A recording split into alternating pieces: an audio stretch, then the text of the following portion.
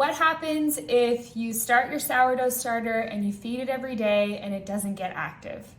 So it can be really common, especially when we're in the cooler months of the year, and if you live in a cooler climate or your home stays very cool, that your sourdough starter will be a bit sluggish getting going. Sourdough really does need a nice, warm, draft-free area in order to ferment and to activate, especially when you're starting it from scratch. So we're just gonna chat about a few variables and some ways that you can kind of get your sourdough going. A lot of people like to put their sourdough in the oven with the light on. That's not a practice that I particularly enjoy. I don't think that it's optimal for your ferment to do that. I think what happens is it sort of is a bit too warm for it and over ferments or starts to eventually flatten out the cultures in your sourdough starter. So if you can put it in a corner of the room where it can be warmer, but not inside of the oven with the oven light on. If you're really finding that your sourdough isn't getting going, oftentimes when you're using white Kamut, it will get going very quickly. It works very well. It's a really nice, strong, high protein flour that is great for building a sourdough starter from scratch. If you're using all-purpose flour, sometimes it might take a little bit longer for it to get going. I like to use a little bit of rye flour. So this is just a locally milled rye. It is a whole rye, but you can use dark rye or light rye or whatever you can find. So it is a whole grain. So that's what it looks like. And what I like to do is sub out maybe a tablespoon of my sourdough starter for a tablespoon of rye when I'm feeding it. And it ferments very quickly. So because it's a whole grain, it ferments a lot faster than just regular all-purpose flour.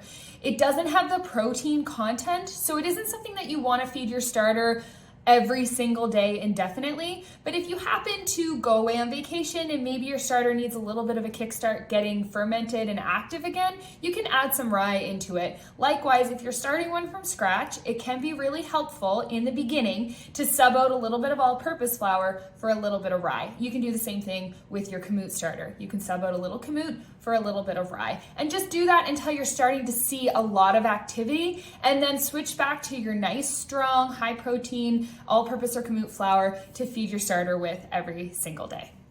If you happen to need to go on vacation or you're going to be out of town or away from your sourdough starter for several days at a time, you can simply feed your sourdough starter, let it get active, and then place it into the refrigerator. It can stay in the fridge for up to 2 weeks without being fed.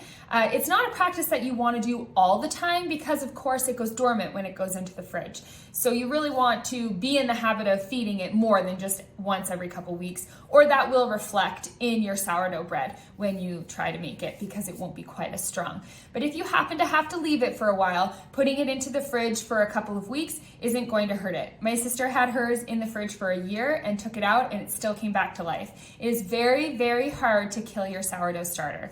When you take it out of the fridge after it's been in there for its slumber, you can just simply take it out and feed it exactly how we did. It doesn't need to come to room temperature first. You don't need to do anything special. It's called a starter refresh. So you just take your scoop out, put it into your clean jar, and feed it with your flour and your water, and then it will come right back to life. When you're choosing a flour, if you're not able to use Kamut, when you're choosing a flour for your sourdough starter, make sure that it is a nice, strong wheat flour.